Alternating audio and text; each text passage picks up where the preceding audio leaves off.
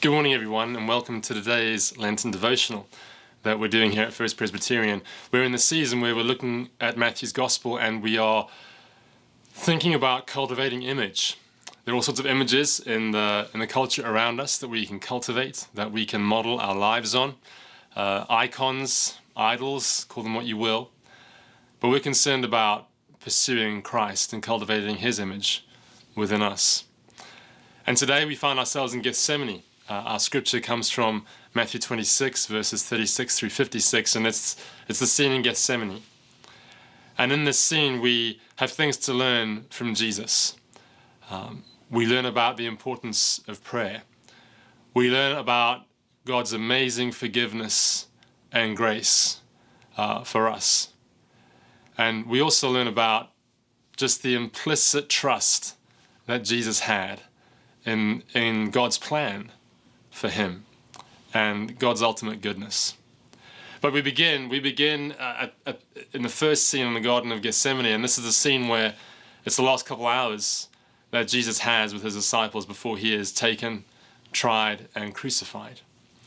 And he's with them, and he tells them to watch and to pray. And he goes away, and they fall asleep. And he comes back and he says to them again, watch and pray. And he goes away, and they fall asleep. And a third time he comes, he says, watch and pray. Pray that you don't fall into temptation. He says that the spirit is willing, but the flesh is weak. And I think in that we see the importance of prayer at times of trial, at times when we encounter temptation. It may not be the thing that we intuitively want to do, but it fortifies the spirit that is willing.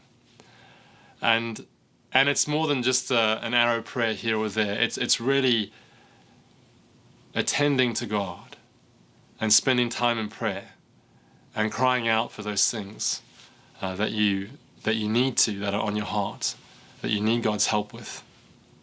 The importance of prayer, Jesus demonstrates this, and we want to cultivate that in our lives too. The next scene, of course, is the arrest.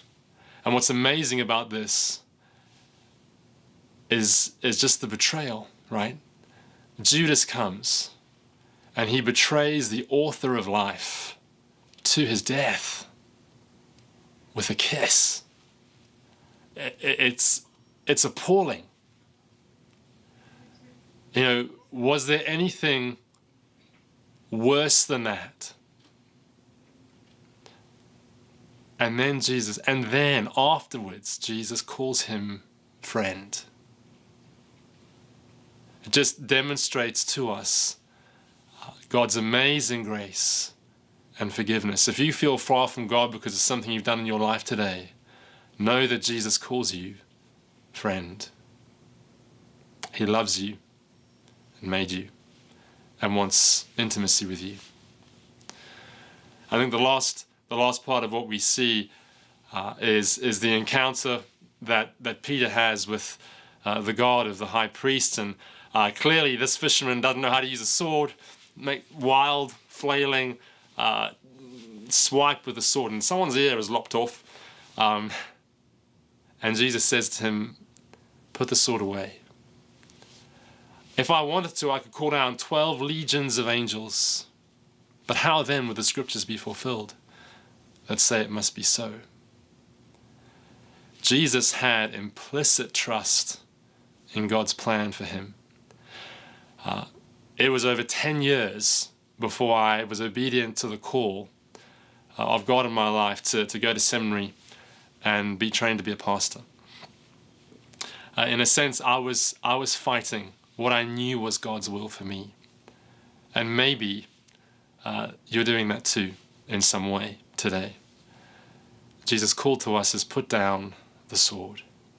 Even as he trusted in the absolute goodness of God, and who for the joy set before him went through the cross.